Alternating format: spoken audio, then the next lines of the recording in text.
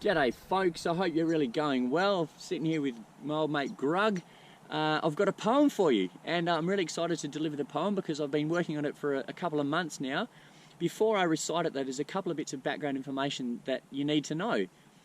One of them is that this poem is a kind of a follow-on post from a two-part post that I did in relation to Durabidi, a wedge-tailed eagle that was murdered, and I described two causes of death for that eagle, one being a very small lead bullet and the other one being a very big brain disease or a mindset that is still prolific throughout Australia, and it's actually been an epidemic for much longer than the last few months, but for about 200 years.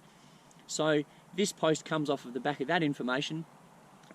It's also related to Australia Day and the black summer of wildfires that we saw affecting particularly southeastern Australia.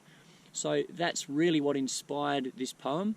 And the ongoing celebration of one particular day that many people are actually growing up and finding that there's a possibility of transitioning away from that day and doing something that is impactful and meaningful to all people that live on this landscape. And the third bit of background information that I suppose I should recite to you is that I am by blood not an Aboriginal person, but by heart and by mind I am very deeply connected to the landscape of this incredible, dry, floating southern island continent that I call my home. And through my connection to the biodiversity that this country is rich with in so many places, I feel enormously connected to Aboriginal people, to the many friends that are Aboriginal people that I have, and it is my life's work, my role on this planet, to be able to be an interface between country and the rest of modern civilization, whether they're Aboriginal people or non-Aboriginal people, or people from anywhere else. So with those little bits of background information in mind, here goes my poem, and I promise I won't utter the C word that is on everyone's lips at the moment. So here goes. G'day fellow Aussies, I've got some words I thought you might like to hear. While current circumstances are seeing us all practicing autonomy, so sit back, relax, enjoy, crack yourself a beer, and maybe we can all reflect and realise the one most important thing to us all is our health and not the economy. Australians, oh hold your rejoice, for we aren't young or free. A culture old was thriving here before ruthless mutiny. And while that's not my fault, you might say, and to so many slamming Aussie days a mystery, let me give you some background as to why Australia slammed us with the biggest Christmas barbecue in history. A mindset small and foreign, left by boat and was girt by sea, then washed up on these southern shores, soaked in masculinity. And all around were nature's gifts of beauty, rich and rare, but history's pages conveniently forgot so many stages to pretend that none was there. Beneath the tattooed southern cross she toiled with heartless lard to spoil pre-Commonwealth so hard and soil its own backyard. They called it patriotic to fell and cull, cause pain, but it was just idiotic to fight Australia against the grain. We felled so many old-growth trees, but the bushland grew back thicker, with huge growth in eucalypt stem density. Then came more boats and hundreds of weedy grasses and foreign livestock to spread them quicker. We spent too much time on the blower and not enough on the mower. We gave this land much greater burning propensity. We slowly cooked our future when we showed our children to abuse real Aussie diggers who ate and buried tinder. And I'm not talking about a dating website. With 30 mammals now extinct, most relics of kangaroos, this land's free fuel reduction service was burned to cinder. And while we're talking skippies who most think hop freely down the street, you should take great offence to know the nation's barbed monstrosities. See countless emblems die starved deaths daily, caught up, hanging by their feet. A secret to animal rights groups, but one of the world's worst, well, unfair atrocities. So, tree elders down, dead grasses up, depleted marsupial workforces, bushland health out of mind when it's out of sight, pushed aside by the daily grind of foreign farming and racing horses. Meanwhile, the bush, a ticking time flame waiting to ignite. And yes, the parks departments burn off to lessen fuel loads, or so they claim, but the research shows when white fellas cook bush too black, the risk's higher of more fire. But defensive male mindsets arc up their childish flame when questioned. Well, evolution in land management strategies, well, we couldn't possibly do that. Heads hotter than a wildfire they're trying to set back. Still wondering why we've burnt so much? It's also climate change. Heat waves blow dry each flame-grilled panorama. But it's mostly because we are so out of touch with country. That foreign mindset's still got no bloody depth or range. And some of this land's old wisdom might say those wake-up call wildfires, mate, were karma. Because in 1788, the plan was genocide, to murder, rape and plunder the first Australians with a ruthless zest that somehow still slips our mind. Now, we've apologised, shall we publicise? No. Shh, let's disguise those dark death days down under with fireworks, keeping to true history new generations blind. Sadly, that foreign mindset still dominates our days, and it thinks we can breathe fresh money by driving coal-fired heat haze. It's seen the know and the feel go missing from so many hearts of those who don't understand that your body isn't just what's inside, it's what's outside too.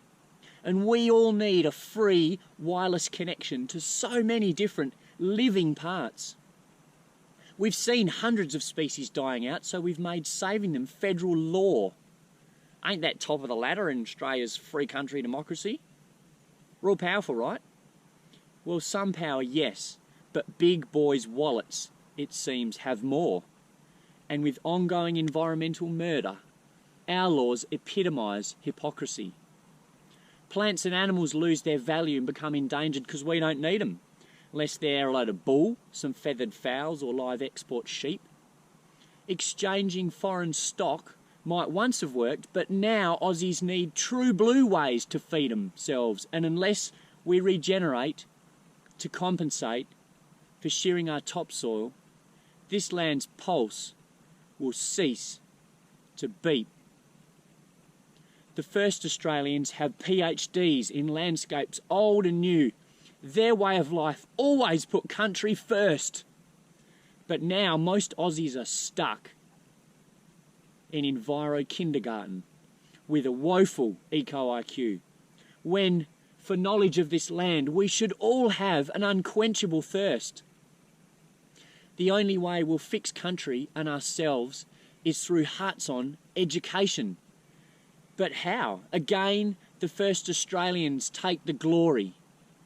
We need to re-NBN connect every Aussie with the very fabric of this nation and start walking together on country, barefoot, in a new 50,000-year-old story. Imagine, once upon a time, Australia's life was razed to the ground, but we mined deep into our super pit history and struck a golden find. Seams of awe-inspiring knowledge, banks of wisdom written down, plans of how to be, starting with human and kind. Then the masses, Aussies, black and white and brown and in between, went outside to play in our backyard.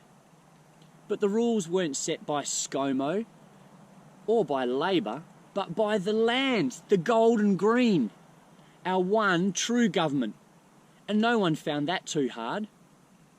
We could see the land was burned, but nowhere was it devastated, because our gums have the ability to inspire every Aussie with their leaves that grow back fresh, regenerated. New life can emerge from even the hottest wildfire. Slowly, the language of the land re-emerged as we engaged, and our hearts felt what it's truly like to bleed for country, and all the signs and sounds and seasons seen as our minds became uncaged, and we learnt to look more deeply and then read. First we read Dark Emu, then Gamage and Going Native. They're all key to knowing Australia. And Tim Lowe's New Nature, to name a few. Don Watson wrote about the bush, so ingrained in us all, apparently. But have you read Last of the Nomads or the story of Jundamurra too? Then from books, we moved to country and read Rivers Clogged, Stem the Blood Run to her heartland, and Forests Logged and Burned made fires worse.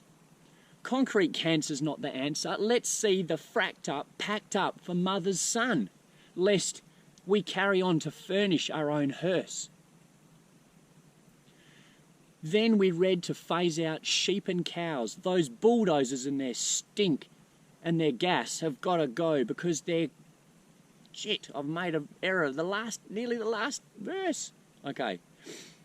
Then we read to phase out sheep and cows. Those bulldozers and their poo have got to hoof it, mate, because their gas gives off a stink. Let's ban the burger unless it's made from true blue emu or kangaroo. But first, mate, we got to change the way we think. Let's not fell backyard trees to stop bushfire, lest we tear off our skin to stop sunburn. Don't like birds because they're noisy? Then take out your stomach so you can't hear it churn. If eagles take your domestic stock, then take your domestic mind and set it free to ride the wind. And one day you might find your mind's eye soaring way up there where there's no such thing as bored. That's the place where perception is real. That's the place where the know and the feel can be restored. So, she won't be right, mate, if we keep flogging and fight, mate, with the soil, our one true mother, and ignoring all the doctors of this land who have prescribed and not been bribed because they and country truly know one another and, like the first Australians, can feel the urgency to lend her a hand. So, can you see the day now, eons later, where know and feel of country can be found in every Australian because they knew where to find the elders' wisdom through country's true stories that spread like wildfire all around, starting with that tiny spark moment, that day, maybe in 2020, when all Australians changed their mind.